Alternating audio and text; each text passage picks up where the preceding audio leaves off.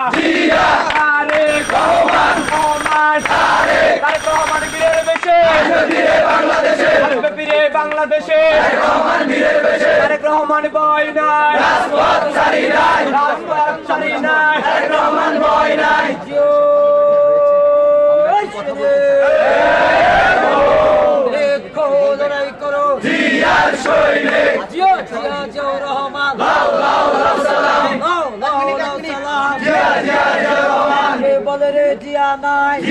নিরাপদ নাই।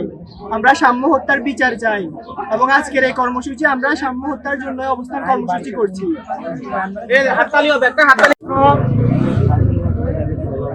গবেষণা বিষয়ের মেধাবী শিক্ষার্থী শাহরিয়ার আলম সাম্য হত্যার বিচারের দাবিতে আজকে কেন্দ্রীয় কর্মসূচি হিসেবে বাংলাদেশের প্রত্যেকটা শিক্ষা প্রতিষ্ঠানে যে কর্মসূচি বাংলাদেশ জাতীয়তাবাদী ছাত্র দল দিয়েছে তার অংশ বিশেষ হিসেবে আজকে আলোবেশ ধারণ করে আমরা যে কর্মসূচি দিয়েছি এই কর্মসূচিতে উপস্থিত আছেন বাংলাদেশ জাতীয়তাবাদী ছাত্র দল কবিরহাট উপজেলা শাখার নেতৃবৃন্দ, কবিরহাট পৌরসভা শাখার নেতৃবৃন্দ, কবিরহাট সরকারি কলেজ শাখা ছাত্র দলের নেতৃবৃন্দ উপস্থিত আমার সাধারণ শিক্ষার্থী ভাই বোনেরা, সবাইকে আমি আমার প্রাণপ্রিয় সংগঠন বাংলাদেশ জাতীয়তাবাদী ছাত্র দল কবিরহাট সরকারি কলেজ শাখা ছাত্র দলের পক্ষ থেকে শুভেচ্ছা জানাচ্ছি।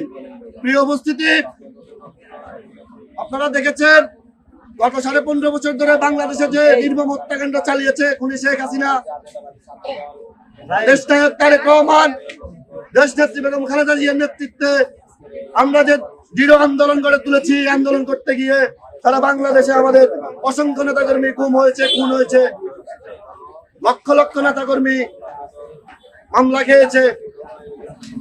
আপনারা দেখেছেন জুলাই আগস্ট আন্দোলনে বাংলাদেশ জাতীয়তাবাদী ছাত্র দলের 600-এর অধিক নেতাকর্মী খুন হয়েছে, বিভিন্ন রাজনৈতিক দলের অনেক নেতাকর্মী খুন হয়েছে।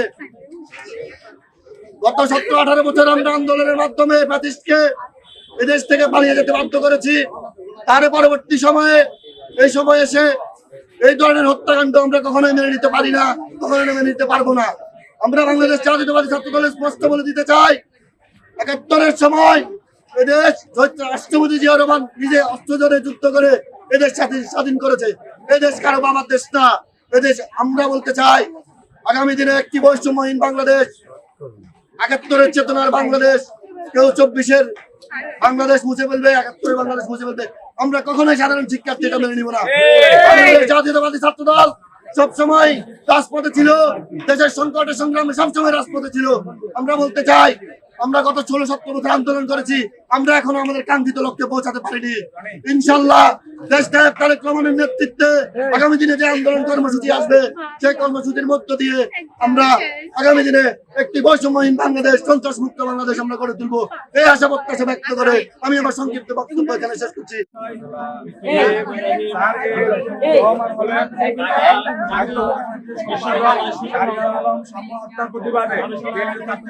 গতকালকে বিক্ষোভ মিছিল সময় ঘোষণা করেছে, আজকে অবস্থান কর্মসূচিও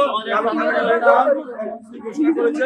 আমরা বাংলাদেশ জাতীয়তাবাদী ছাত্র দলের কেন্দ্রীয় সংসদের বিপ্লবী সভাপতি রাকিব ভাই, সম্পাদক রাকিব ভাই স্পষ্টভাবে বলেছেন অনতি বিলম্বে সাম্যর হত্যাকারীদেরকে গ্রেফতার করে দৃষ্টান্তমূলক শাস্তি না দেওয়া পর্যন্ত বাংলাদেশ জাতীয়তাবাদী ছাত্র দল প্রয়োজন হলে সরকারকেও পতনে এক দফা দাবির কর্মসূচিতে আমরা রাজপথে নেমে আসবো।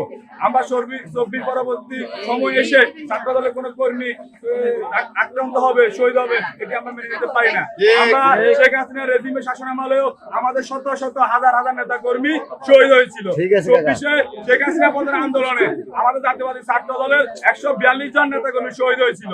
আমাদের রক্তের বিনিময়ে অর্জিত সরকারের দায়িত্ব থাকা অবস্থায় কিভাবে আমাদের গত 8 মাসে আমাদের ছাত্র দলের 2 জন পদধারী নেতা শহীদ হয়েছে আর নিহত হয়েছে, আমরা এর উপযুক্ত বিচার দাবি করছি।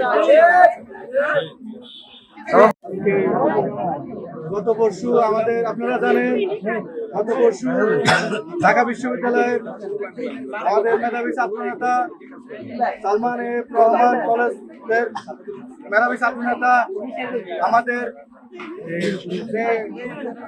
শাহরিয়ার আলম নির্মমভাবে হত্যা করা হয়েছে। এর প্রতিবাদে আজকে আমাদের অবস্থান কর্মসূচিতে উপস্থিত আছেন কবিরহাট উপজেলা ছাত্রদল, কবিরহাট কলেজ ছাত্রদল, কবিরহাট পৌরসভা ছাত্রদল। আজকে আমরা একটা কথা বলতে চাই, 5ই আগস্টে জুলাই আগস্টের আন্দোলনের মাধ্যমে, বিপ্লবের মাধ্যমে যে আমরা নতুন রাষ্ট্র স্বাধীন করেছি, আসলে আমরা স্বাধীন বলতে কিছু বুঝতেছি না। বাংলাদেশে আমাদের আইনগতভাবে তারা কোনো ব্যবস্থা ঠিক মতো নিচ্ছে না। আমাদের ছাত্র দলের ভাইরা গত 17 বছর এই খুনি হাসিনার রক্তচক্ষু অপেক্ষা করে আন্দোলন সংগ্রাম করে বিভিন্নভাবে গুম, হত্যা, খুন হয়েছে। এখনো আমাদের এই দেশে আমরা নিরাপদে নাই। ছাত্র দলের নেতাকর্মী এখন নিরাপদে নাই। ছাত্র দলের নেতাকর্মীকে এখনো নির্মমভাবে হত্যা করা হচ্ছে। আমরা এর প্রতিবাদ জানাই। আমরা এর সুস্থ তদন্তের মাধ্যমে আমরা তার বিচার চাই। এ বলে আমার বক্তব্য এখানে